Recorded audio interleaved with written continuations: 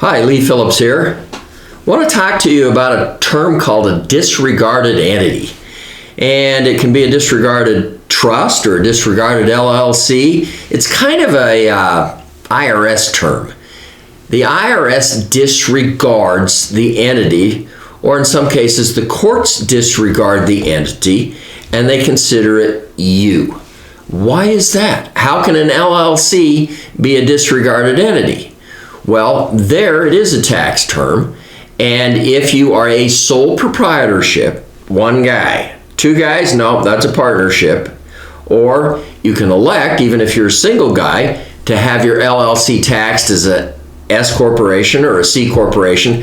They're not taxed as S corporations or C corporations. They're taxed under subchapter S of the IRS code or chapter C of the IRS code.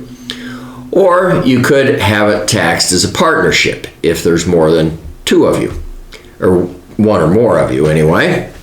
Two or more, there got to be at least two, okay? You could be a partnership. But if you're a sole proprietorship, you can choose to be a disregarded entity.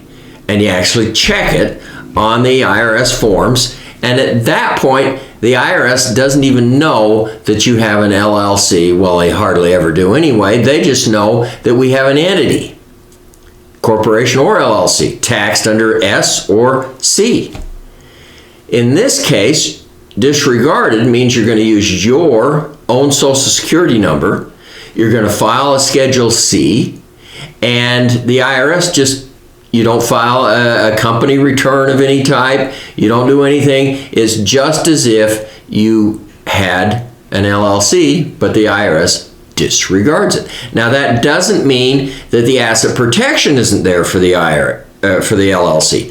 The IRS and the legal asset protection and legal structure of the company are two totally different things. It's only disregarded as far as the IRS is concerned. As far as the courts are concerned, no, it is not disregarded. It is still an LLC. Gives you all of the protection. You have to follow all the formalities. You have to do everything that you would normally do under an LLC taxed any other way. Now, a living revocable trust, the trust that you set up for estate planning, that is a disregarded entity too. So the two main disregarded entities you're going to run onto are the living revocable trust or the LLC. The living revocable trust is disregarded by the IRS in that you are going to continue just as you always have. You file your 1040 just as you always have. You don't file a 1041, that's the trust tax return. You just ignore it. As far as the IRS is concerned, it is you.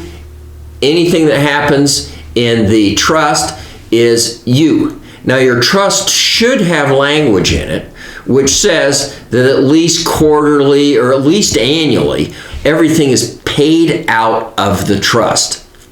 That means that the trust has no income, no profit. Everything is paid out to you. Now, you don't pay it out. You actually just recognize it as your income, and you file everything just like you always did, ignoring or disregarding the trust. Now, the courts are going to disregard the living revocable trust also, basically, because it is you. It is revocable. As long as it's revocable, hey, I can get rid of it anytime. The courts say, hey, it's you. No question.